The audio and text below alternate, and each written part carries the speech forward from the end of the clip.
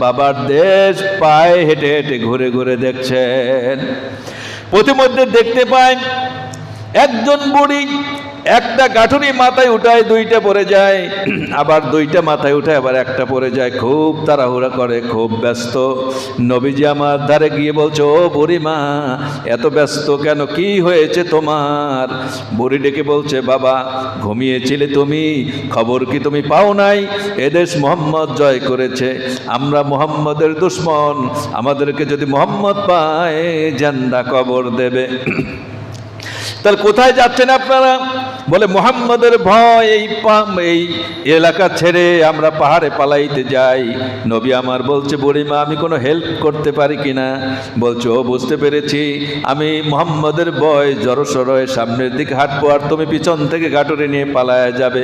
আল্লাহ নবী বলছে, না আমি আপনার গাঁটুরি নিয়ে পালায় যাব না, আপনার গন্তব্যে আমি আপনার গাঁটুরি পৌঁছায় দিয়ে আসবো। বিশ্ব নবীর কাঁধে বুড়ির গাঁটুরি, নবীর ভয়, বুড়ি থরথর করে কাঁপে, কাঁপতে কাঁপতে তার গাঁটুরি নিয়ে যখন পাহাড়ের পাশে চলে গেল, নবীজি আমার ডেকে বললেন, ও বুড়িমা মোহাম্মদের হাত থেকে কি আপনি নিরাপদ আশ্রয় আসতে পেরেছেন? বুড়ি বলেছে, বাবা হ্যাঁ, আমি মোহাম্মদের হাত থেকে বেঁচে গিয়েছি। এইবার মোহাম্মদ বলছে, বুড়িমা আমি কি তাহলে যেতে পারি? যাও বাবা। কিছু দূর যাওয়ার পরে বুড়ি ডাক দিয়ে বলে, এই বাবা কি তোমার নাম, কোথায় তোমার বাড়ি? এই সময়ের কালেও এত সুন্দর চরিত্রবান যুবক থাকতে পারে আমার জানা নাই, তোমার পরিচয়টা একটু আমাকে দাও।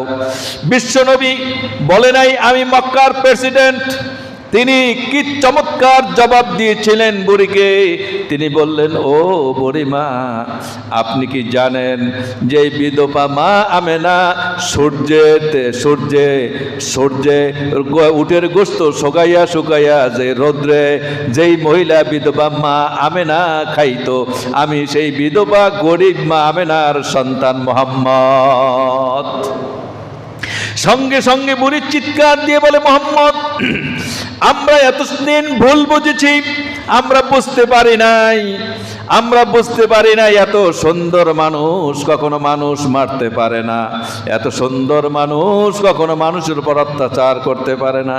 বুড়ি চিৎকার দিয়া পাহাড়বাসীদেরকে ডেকে ডেকে বলে, কে আছো পাহাড়ের গুহায়, তাড়াতাড়ি করে আসো, আমাদের সামনে সেই নবী মুহাম্মদুর রাসূলুল্লাহ সাল্লাল্লাহু আলাইহি সাল্লাম, আমরা তার হাতে হাত দিয়া কলেমা পড়ে মুসলমান হয়ে যাই।